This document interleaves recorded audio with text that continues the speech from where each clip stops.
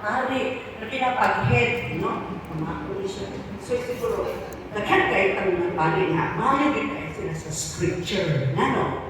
Ila man, every morning, ganun mga seminarista pa na sa PFY, hindi mo naman sa Holy Father na 5 years ang bago ka mag-theology. 5 years na.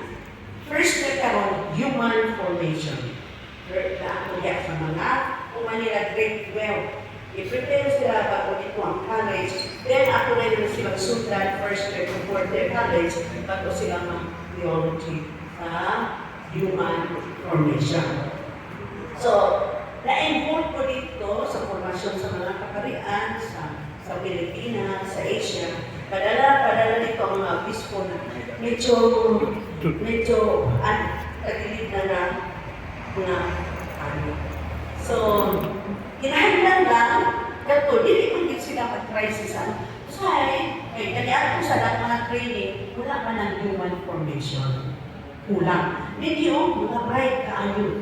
That's why very good na lang nahulan sa ninyo, hindi enough ang knowledge of life. Ma-memorize ninyo ang chapter. Pero naman, ang inyo namang attitude sa buhay, inyong behavior, hindi lang. Layo. Kaya kung sa'yo ako i-proklama, chicken kita sa ako. Tinuod na knowledge na ito na pamalandungan. Ayaw yung musuko, murag ka na mga soldiers, sila pang magbag, wala na bala. Wato yun mo, so may bala na ito. Ampo, every day, you spend time yun. Hindi mga kabataan ka mo, spend yun na sila. 1 hour of prayer every day. Dahil Islam, mag-study ka, mag-ano ka, ginagalan sila kayo, mag-apayan sila. Tapos sa siguro, pag dito, pag-Islam, bright sila. Akala sila knowledge. Ihagin ako na kita. That's why kapag i-invite ko, haklog yung ugali, okay?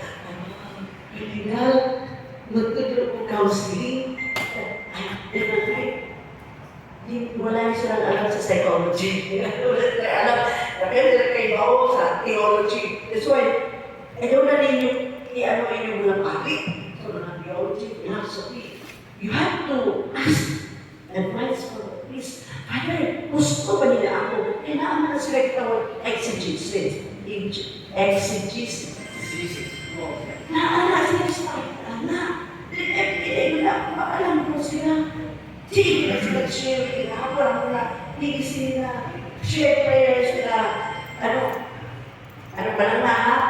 Yung mga bago ka ng mga first year college. So, then, study sila. Philosophy, scripture, philosophy, theology, scripture. No? So, iniisutan ninyo kayo. Ito may kalahian. No? Kalahian.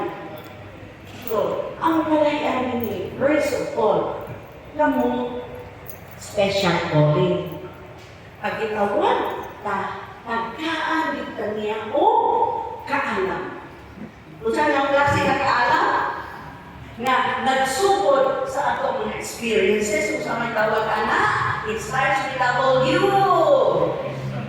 Wisdom. Wisdom. Kung saan may wisdom? Ang example sa wisdom, ikan ka? Solomon. Diba? Yes. Kaya pag gusto ng judgment, siguro, katong akong particular dito pero, ama yung hampong na sa edad. No? Eh, sa akong mga hampong na sa edad, akin lang akong mga experiences na failure, di ba? Naulawan ka, parang wala. Kasi lahat ng mga human, hindi na kamuha na alin ng proseso. So, introduction pa lang sa buwan. So, wisdom. What is wisdom? It is the ability to see what is right, to make choices between right and wrong. Number one, kung saan man ninyo, na kay panunan mo mag-straight at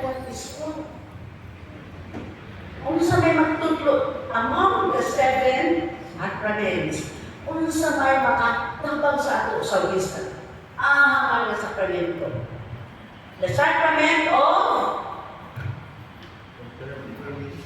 ha?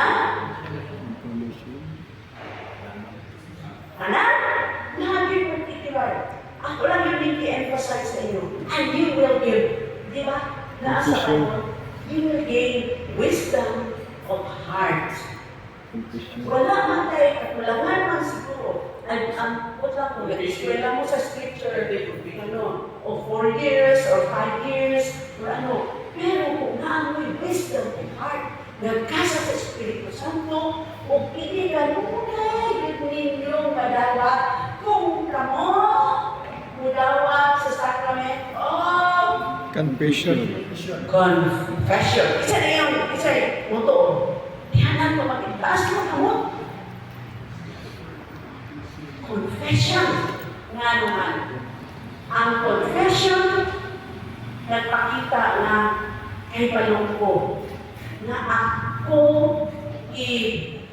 I'm created. Dibuhat ko sa imahe na pareho sa Ginoo.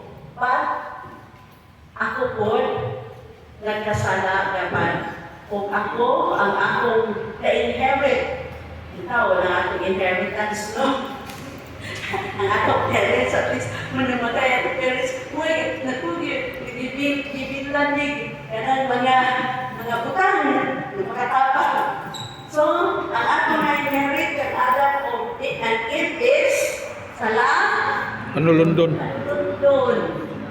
So, in confession, ako lang gigawat na kita dili perfect. O kita wala ta magpisal, di ba mamalandong ta? Kada pagpamalandong sa atong mga kakulangan, sa atong mga kasalanan.